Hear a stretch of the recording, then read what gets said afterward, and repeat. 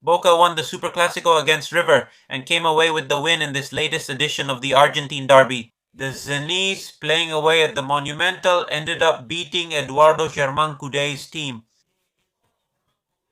Welcome to a new reaction, a new video, a new analysis on the Falso 9 TV channel. We encourage everyone to leave a like, leave a comment, and subscribe.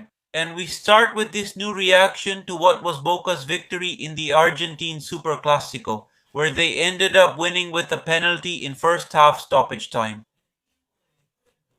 The penalty goal was scored by Leandro Paredes, the midfielder of the Argentine national team, who ended up being the standout player of the match. Not only for having scored the penalty and the only goal of the match, but also for delivering 2 assists, one of which was outstanding. The penalty came from a play that ended with a shot by Miguel Merendiel, the Uruguayan, that hit Rivero's hand.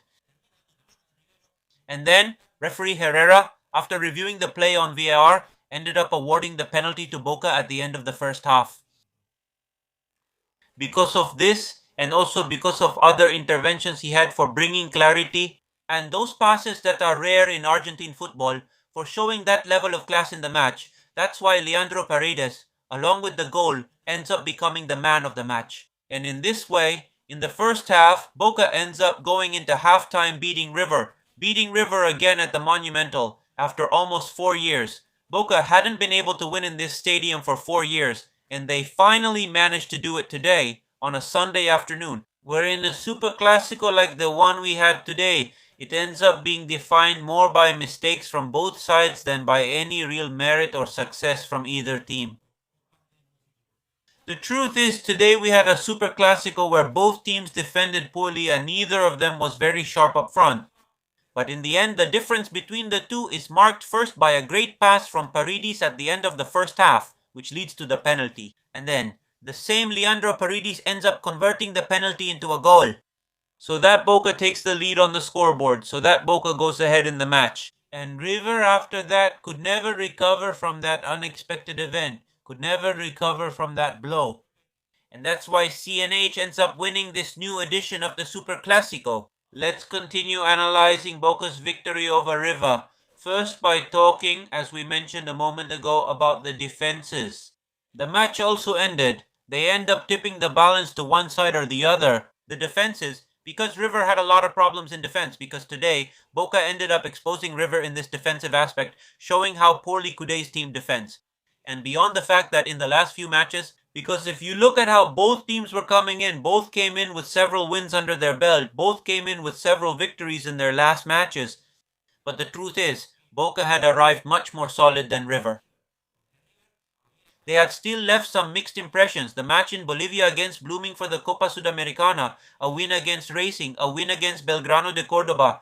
Also, regarding the Argentine tournament. And also a victory with a substitute team, which I think is the most insignificant of all, since it wasn't with the starting lineup. But these are victories that spoke of a River team that was in good form. But the truth is that in terms of their play, that wasn't really being reflected, because it's a team that still defends poorly, and that depends a lot on its goalkeeper, Santiago Beltran, the young player who also ended up saving them a couple of times today, and who also prevented Boca from increasing the lead on the scoreboard.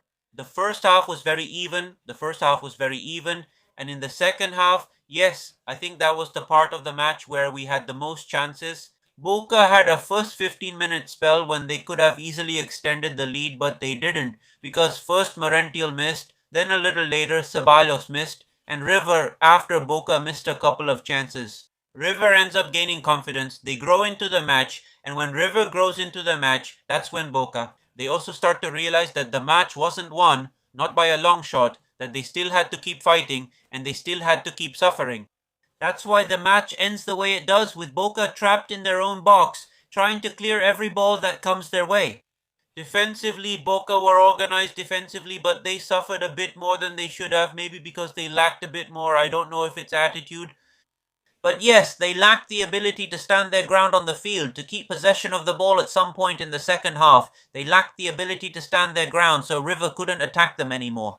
Make River afraid of conceding another goal, because after Boca created 2 or 3 chances at the start of the second half, River, they started to realize a bit that they had to play all their cards, because if not, they were going to lose the match. And that's when Boca, instead of pushing their lines forward and trying to capitalize a bit on River's fear, after having found the spaces, they end up pulling back, and when they pull back, that's when they end up suffering a bit more than they should. And River, who also had some problems in the offensive phase, didn't end up tying the match because River's forwards lacked quality today. Because River's problem wasn't that they couldn't string some passes together, that they couldn't find the spaces. River was finding the spaces, but obviously the lack of quality ended up making the difference. Maximiliano Salas, who came on in place of Sebastian Driussi, River's star forward, ended up having some chances. The number 9 that River fielded today ended up getting injured and left the pitch at the 17th minute of the first half. And that also ends up influencing the result because River's best chances didn't come from Sebastian Driussi but from Maximiliano Salas, who also showed why he's a substitute on this team.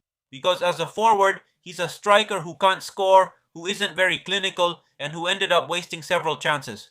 He didn't have a bad game, but yes, he ends up in the eye of the storm for having several chances, not all of them very clear, and missing in front of the goal defended by Abreu, who came into the match under a lot of scrutiny because Boca's goalkeeper was under scrutiny for this game, and the Superclásico, instead of making those doubts worse, actually ended up confirming him as Boca's goalkeeper. Just a few days after Agustin Marquesen's injury, Boca ends up winning the Superclásico, and Ubeda ends up reaffirming his position as Boca's coach, reaffirming the great run Boca is on, with Claudio Ubeda on the bench, and also getting ready for a very important stretch toward the end of the first half of the year in Argentina, where Boca will now have to face, during the month of May, practically the rest of the group stage of the Copa Libertadores, the last matches of the Argentine League, and the playoffs of the tournament. They'll do it the best way after starting 6-6 in the Copa Libertadores.